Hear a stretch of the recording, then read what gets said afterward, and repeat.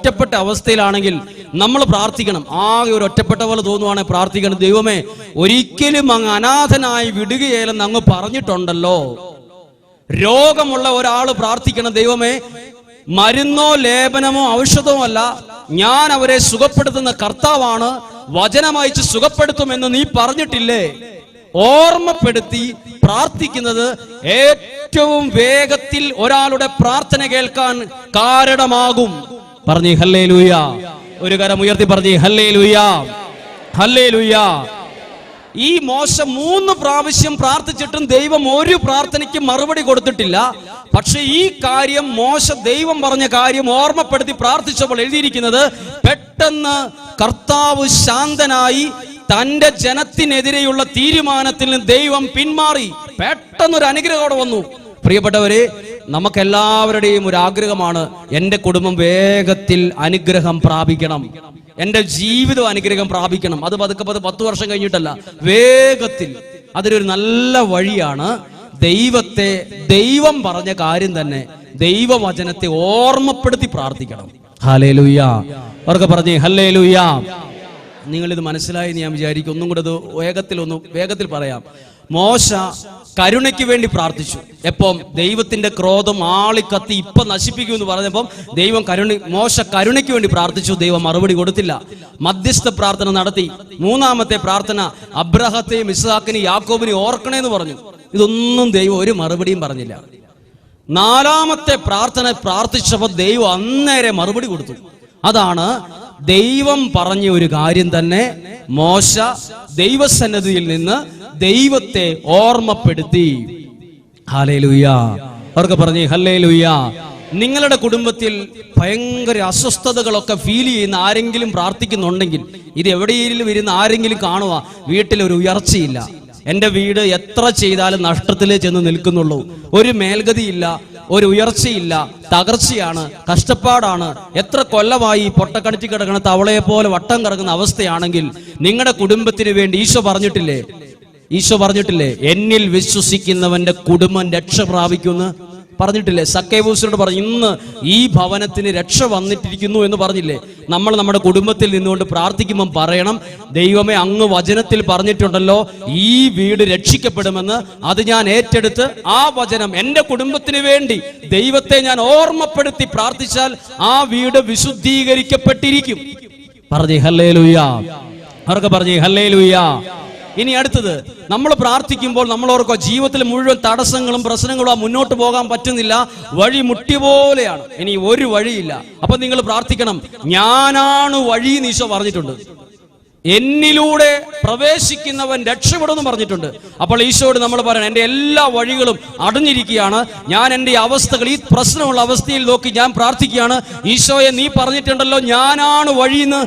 ആ വിശ്വസിച്ച് എൻ്റെ കുടുംബത്തിന്, എൻ്റെ പ്രശ്നത്തിൽ മാറാൻ വേണ്ടി അത് ഞാൻ ഏറ്റെടുത്ത് പ്രാർത്ഥിക്കുന്നു. ആ കാര്യം ദൈവത്തെ ഓർമ്മപ്പെടുത്തി പ്രാർത്ഥിക്കുമ്പോൾ ഞാൻ വിശ്വസിക്കുന്നു ഈ പ്രതിസന്ധികൾ മാറും, തടസ്സങ്ങൾ മാറും.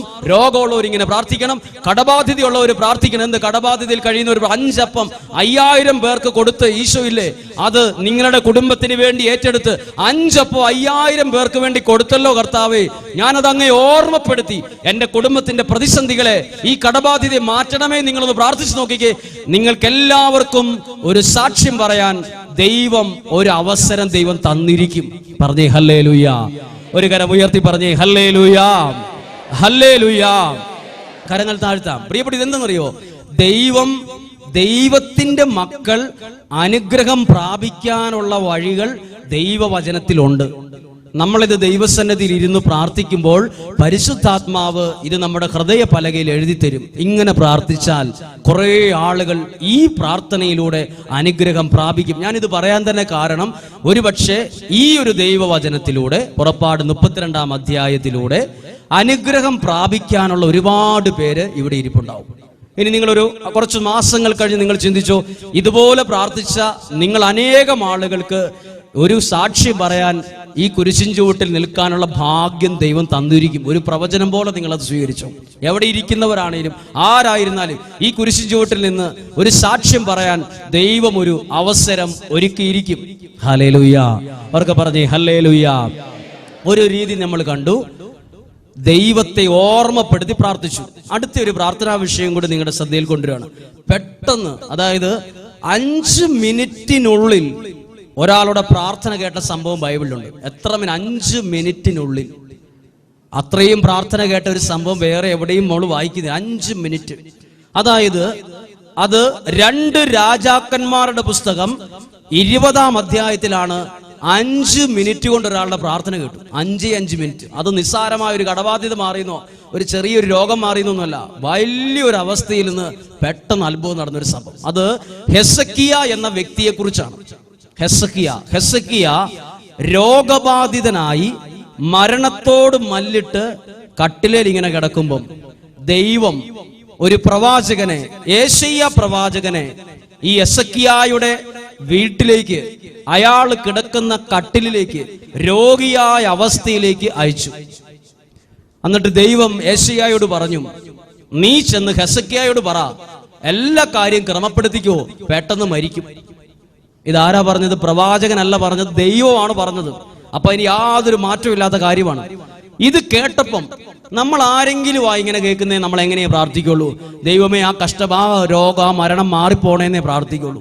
ഹെസക്കിയ മാറിപ്പോകണം എന്ന് പ്രാർത്ഥിച്ചില്ല.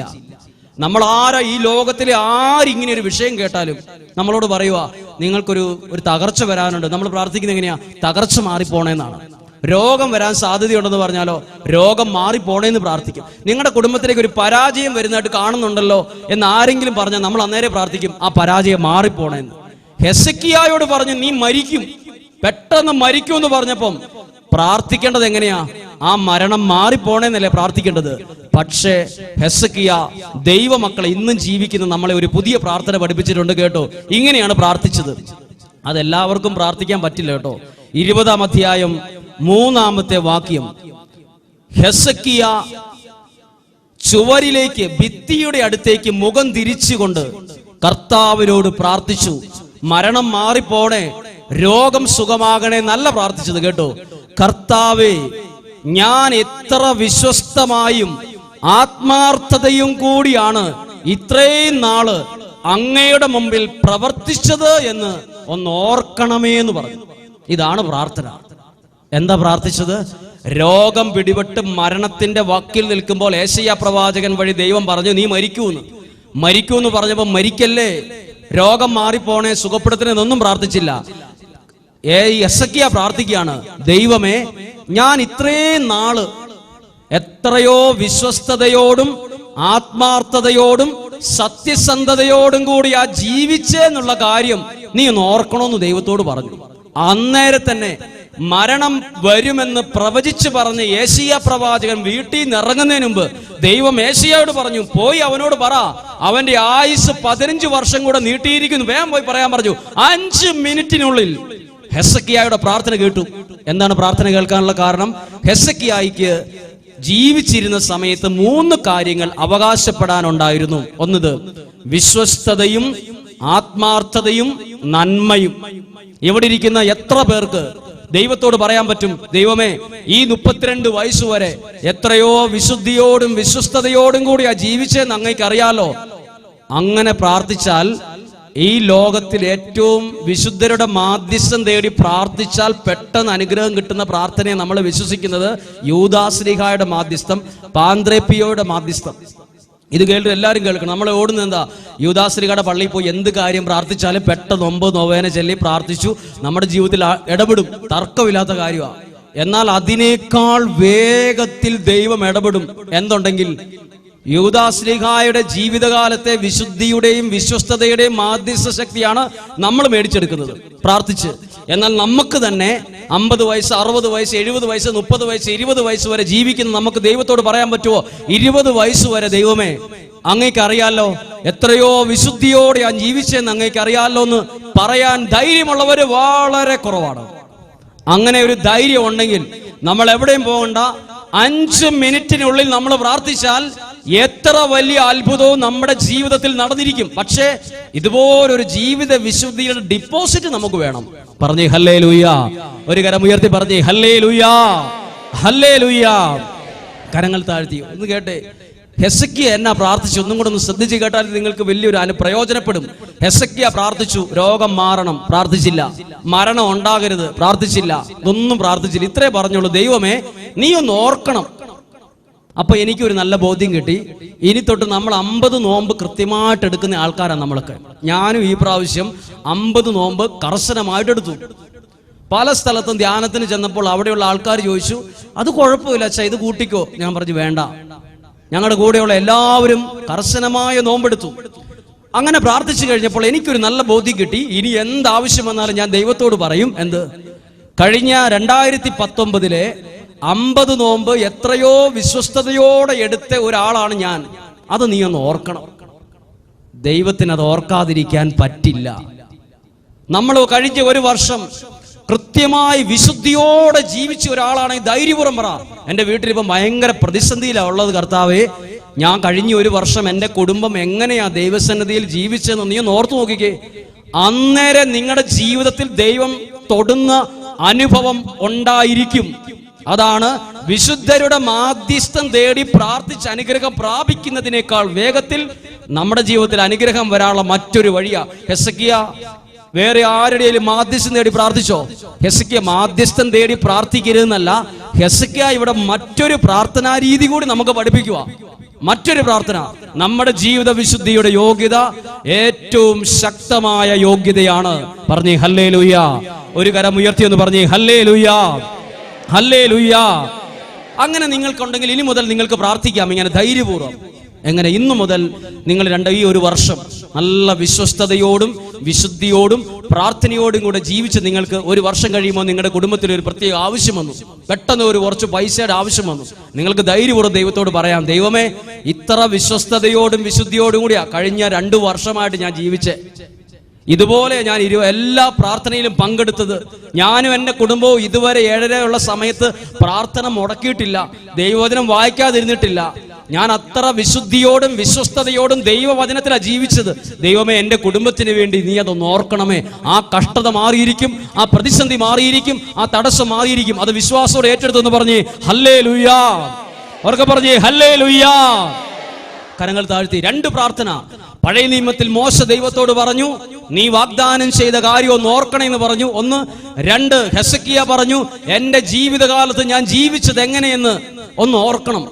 ഒരു കാര്യം കേട്ടെ, നമ്മളെടുക്കുന്ന പ്രാർത്ഥനയും നമ്മളെടുക്കുന്ന വിശുദ്ധമായ ജീവിതവും വിശ്വസ്തതയും സത്യസന്ധതയും പ്രാർത്ഥനയും നമ്മൾ ബാങ്കിലിടുന്ന പണം പോലെ ഒരു ഡിപ്പോസിറ്റാ. നമ്മുടെ പേരിൽ ഒരു 10 ലക്ഷം രൂപ ബാങ്കിൽ ഉണ്ടെന്ന് കരുതുക. അത് നമുക്ക് എപ്പോൾ വേണേലും എടുക്കാം. അത് നമ്മുടെ പേര് കിടക്കുന്ന പൈസയാ. അതിന് പലിശ അടക്കം കിട്ടിക്കൊണ്ടിരിക്കുന്ന പൈസയാണ്. നമുക്ക് തോന്നുക 1 ലക്ഷം രൂപ അതിനകത്ത് ഇപ്പോൾ എടുക്കണം, ഈ കാര്യം ചെയ്യാൻ. നമുക്ക് എപ്പോഴും എടുക്കാൻ പറ്റുന്ന നമ്മൾ ഡിപ്പോസിറ്റ് ചെയ്ത പണം, നമ്മുടെ ജീവിത വിശുദ്ധിയും നമ്മുടെ പ്രാർത്ഥനയും നമ്മുടെ വിശ്വസ്തതയും സ്വർഗത്തിൽ ദൈവസന്നിധിയിൽ നിക്ഷേപിക്കുന്ന ഡിപ്പോസിറ്റാ. ഇത് നമ്മൾ എടുക്കണം. ഒരാവശ്യം വരുമ്പോൾ ദൈവമേ ഇതുപോലെ ഞാൻ പ്രാർത്ഥിച്ചിട്ടില്ലേ, ഞാൻ ഇങ്ങനെ ദൈവസന്നിധി നിന്നിട്ടില്ലേ. ഇപ്പൊ ഞാനാണ് എൻ്റെ ജീവിതത്തിൽ പ്രശ്നം വന്നാൽ ഞാൻ ഉറപ്പായിട്ട് പറയും, ഞാൻ ദൈവവചനത്തിന് വേണ്ടി ഇത്രയും ശക്തമായി ഒരുങ്ങി ഇവിടെ വന്ന് വചനം പറഞ്ഞത് നീ ഓർക്കണം, എനിക്കൊരു രോഗം തരരുത്. നമ്മുടെ ജീവിതത്തിലെ ചില കാര്യങ്ങൾ വരുമ്പോൾ നമ്മൾ ദൈവസന്നിധി ജീവിച്ച കാര്യം ദൈവത്തെ ഓർമ്മപ്പെടുത്തി പ്രാർത്ഥിക്കുന്നത് ഏറെ എളുപ്പത്തിൽ അത്ഭുതം നടക്കുന്ന പ്രാർത്ഥനയാണ്. ഈ 2 വിഷയങ്ങളും നിങ്ങൾക്കൊരു വളരെ പ്രയോജനപ്പെട്ടിരിക്കും. പറഞ്ഞേ ഹല്ലേലൂയാ. അവർക്ക് പറഞ്ഞേ ഹല്ലേലൂയാ. ഒരു കാര്യം കൂടി പറഞ്ഞ് ഈ വിഷയം അവസാനിപ്പിക്കുകയാണ്. അതായത് നമ്മുടെ വീടുമായി ബന്ധപ്പെട്ട ഒരു കാര്യമാണ്. വീടുമായി ബന്ധപ്പെട്ട ഈ വിഷയം പറയാൻ കാരണം എന്നെ ഇത് വളരെയേറെ സ്വാധീനിച്ചു. ഈ വിഷയം ഒരു 10-12 കുടുംബങ്ങളെ ഇതിനോടകം ശക്തമായി സഹായിച്ചു. അതുകൊണ്ടാണ് ഇത് കൃത്യമായിട്ട് പറയാൻ കാരണം. ഒരു 10-12 കുടുംബങ്ങളെ ഇപ്പോൾ ഇനി പറയാൻ പോകുന്ന വിഷയങ്ങൾ ശക്തമായി സ്വാധീനിച്ചു. ഒന്നാമത്തെ ഒരു ഉദാഹരണം, ഒരു കോൺട്രാക്ടറാണ്. അദ്ദേഹത്തിന്റെ കടബാധ്യത കേട്ടാൽ ഒരിക്കലും ആ കടബാധ്യത വീട്ടാൻ പറ്റാത്ത ഒരു കടബാധ്യതയിൽ കിടക്കുന്ന ഒരു മനുഷ്യൻ. അദ്ദേഹം റോഡിന്റെ ടാറിങ്ങുമായി ബന്ധപ്പെട്ട് കോൺട്രാക്ടറായിരുന്നു. പക്ഷെ അദ്ദേഹത്തിന് ഒരുപാട് പൈസ, 12 കോടി രൂപയോളം കടത്തിലാണ്. അദ്ദേഹത്തിന്റെ സ്ഥലവും വീടും മുഴുവൻ എത്ര വില കിട്ടി വിറ്റാലും ഒരു 5 കോടി രൂപയെ കിട്ടത്തുള്ളൂ. ബാക്കി എങ്ങനെയെന്നുള്ള കാര്യത്തിന് ഒരു ശതമാനം പോലും സാധ്യതയില്ലാത്ത ഒരു വിഷയമാണ്. അപ്പോൾ ഈ ഒരു കുടുംബം പ്രാർത്ഥിക്കാനായിട്ട് വരികയാണ്. കോടികൾ കടം. നമ്മുടെ ബുദ്ധി കൊണ്ട് നമ്മളോട് ചോദിച്ചാൽ നമ്മൾ പറയും, നിങ്ങൾ നന്നായിട്ട് പ്രാർത്ഥിക്കുക, ഞങ്ങൾ നിങ്ങൾക്ക് വേണ്ടി പ്രാർത്ഥിക്കും. ഇതിൽ കൂടുതൽ ഉത്തരവില്ല വേറെ പറയാൻ. കാരണം വിൽക്കാൻ 10 വേറെ കുറേ സ്ഥലം ഉണ്ടെങ്കിൽ നമുക്കൊക്കെ സ്ഥലം വിറ്റ് കടം വീട്ടാനൊക്കെ പറയാം. ഇത് മുന്നിൽ ഒരു സാധ്യതയില്ല. പക്ഷെ ആ കുടുംബത്തിൽ ഒരു പ്രതിസന്ധി കിടപ്പുണ്ടായിരുന്നു. ഒരു പ്രതിസന്ധി. അദ്ദേഹം ഈ ജോലിക്കാരെ കൈകാര്യം ചെയ്യുന്നത്, അദ്ദേഹത്തിന്റെ ജോലിക്കാര് അത് അയാളുടെ വീട്ടിൽ വെച്ചാണ് പണം കൊടുക്കുന്നത്, കൂലി കൊടുക്കുന്നത് വീട്ടിൽ വെച്ച്. അതായത് അയാളുടെ കീഴിൽ പണിയെടുക്കുന്ന ആളുകൾക്ക് ശമ്പളം കൊടുക്കുന്നത് ശനിയാഴ്ച മാസത്തിൽ അയാളുടെ വീട്ടിൽ നിന്ന് കൊടുക്കും. പക്ഷെ അയാൾ ഒരിക്കലും മര്യാദയ്ക്ക് കൂലി കൊടുക്കുകയില്ല, കൂലി കൊടുക്കത്തില്ല, പിടിച്ചു വെച്ചേ കൊടുക്കുള്ളൂ.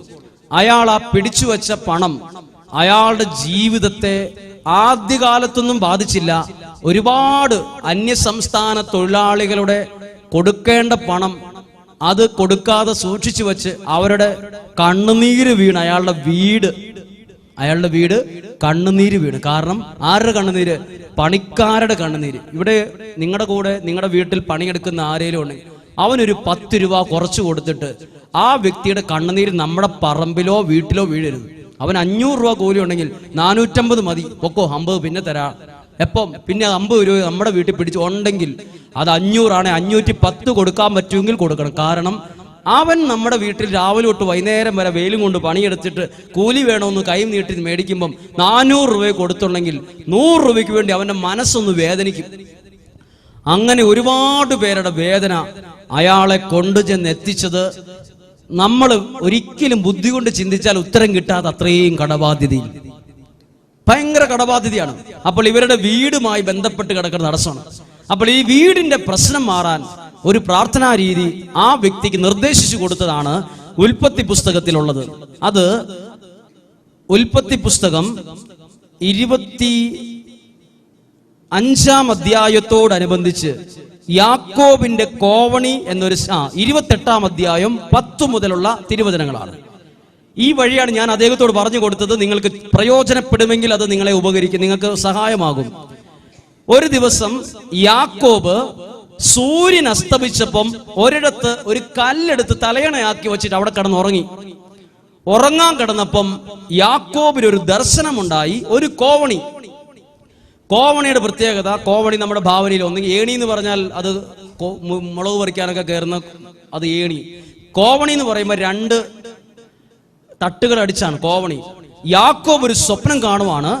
കിടക്കുന്ന സ്ഥലത്ത് ചുവടുറപ്പിച്ചിരിക്കുന്ന ഒരു കോവണി, അതിന്റെ അറ്റം പോയി നിൽക്കുന്നത് ആകാശത്ത് സ്വർഗത്തിന്റെ അത്രയും ഉയരമുള്ള ഒരു കോവണി. ചുമ്മാ ഒരു കോവണി മാത്രമല്ല, അതിൽ നിന്ന് കുറെ പേര് ദൂതന്മാർ ഇറങ്ങുന്നു. ഒരു സൈഡിൽ കൂടെ ഇറങ്ങുന്നു, ഇപ്പുറ സൈഡിൽ കൂടെ കയറിപ്പോകുന്നു. അപ്പൊ ഞാൻ ഒരിക്കൽ പ്രാർത്ഥനയിൽ ദൈവത്തോട് ആലോചിച്ചു, ഇതെന്താണ് ഈ കോവണി കൊണ്ട് ദൈവം വചനത്തിലൂടെ ഉദ്ദേശിച്ചത്? അപ്പോൾ ഒരു വിശുദ്ധന്റെ അനുഭവമാണ് ബൈബിളിലൂടെ എനിക്കത് മനസ്സിലാക്കാൻ കഴിഞ്ഞത്. ഒരു സംഭവം, ഫിലിപ്പ് നേരി എന്ന് പറഞ്ഞ വിശുദ്ധൻ, അദ്ദേഹം പ്രാർത്ഥിക്കുന്ന സമയത്ത് കാണുമായിരുന്നു കോവണി എന്ന് പറയുന്നത് അതൊരു ഭക്തന്റെ പ്രാർത്ഥനാ ജീവിതമാണ്. കോവണി നമ്മൾ ശരിക്കും കരങ്ങൾ ഉയർത്തിപ്പിടിച്ചാൽ ഏകദേശം ഒരു കോവണിയുടെ രീതിയാണ്. നമ്മൾ ശരിക്കും മുകളിലേക്ക് 2 കര ഉയർത്തിപ്പിടിച്ച് നോക്കി നമ്മളൊരു കോവണി പോലെ നമ്മുടെ കരങ്ങൾ ഉയർത്തിപ്പിടിക്കുവാണെങ്കിൽ ഒരു കോവണി എന്ന് പറഞ്ഞ ഒരു ഭക്തന്റെ പ്രാർത്ഥനയാണ്. അതായത് ഒരു ഭക്തന്റെ പ്രാർത്ഥന സ്വർഗത്തിൽ നിന്ന് അനുഗ്രഹം കൊണ്ടുവരുന്ന പ്രാർത്ഥനയാണ്. അത് ഈ വ്യക്തിയുടെ പ്രാർത്ഥന സ്വർഗത്തിൽ എത്തിക്കുന്നതുമാണ്. 2 കാര്യങ്ങൾ ഒരു പ്രാർത്ഥനയിൽ. നിങ്ങളുടെ വീട്ടിൽ പ്രാർത്ഥിക്കുമ്പോൾ 2 കാര്യം നടക്കുന്നുണ്ട്. 7:30 മുതൽ 8 മണി പ്രാർത്ഥിക്കുന്ന നിങ്ങളുടെ കുടുംബത്തിൽ നിങ്ങൾ കാണുന്നില്ല. പക്ഷെ നിങ്ങളുടെ വീടിരിക്കുന്ന സ്ഥലത്ത് തൊട്ട്, നിങ്ങൾ പ്രാർത്ഥനാ മുറിയിൽ നിന്ന് തൊട്ട് സ്വർഗത്തിലെ ദൈവസന്നിധിയിൽ വരെ എത്തി നിൽക്കുന്ന ഒരു കോവണിയാണ് നിങ്ങളുടെ കുടുംബത്തിൽ നിങ്ങൾ ആ പ്രാർത്ഥനയിലൂടെ സ്ഥാപിക്കുന്നത്. അതായത് ദൈവവും ഞാനും എൻ്റെ വീടുമായി ഒരു നല്ല ബന്ധം. പറഞ്ഞേ ഹല്ലേലൂയ. ഒരു കാര്യം അറിയാമോ? പ്രാർത്ഥിക്കുന്നതനുസരിച്ച് ദൈവത്തോടുള്ള നമ്മുടെ ബന്ധത്തിൽ ആഴം കൂടിക്കൊണ്ടിരിക്കും. പ്രാർത്ഥിക്കുന്നതനുസരിച്ച് നമ്മുടെ ദൈവാശ്രയത്വം കൂടും. അപ്പോൾ ഇത്രയും കോടി കടബാധ്യതയുള്ള ഈ മനുഷ്യനോട് പറഞ്ഞു, നിങ്ങളുടെ വീട്ടിൽ പ്രാർത്ഥിക്കണം. അന്ന് അയാൾ പറഞ്ഞു, ജോലി തിരക്ക് ഉണ്ടായിരുന്ന സമയത്ത്, കോൺട്രാക്ടർ ആയിരുന്ന സമയത്ത് ജോലിക്കാര് അതിന്റെ വർക്ക്, അതിന്റെ പണം, ഇതിന്റെ കൈകാര്യം ഒരിക്കലും പ്രാർത്ഥിക്കാൻ ഒത്തിരുന്നില്ല. ഒരുപാട് പേരുടെ കണ്ണുനീര് മാത്രം അയാളുടെ വീട് വിശുദ്ധീകരിക്കപ്പെടാൻ കാരണമായി.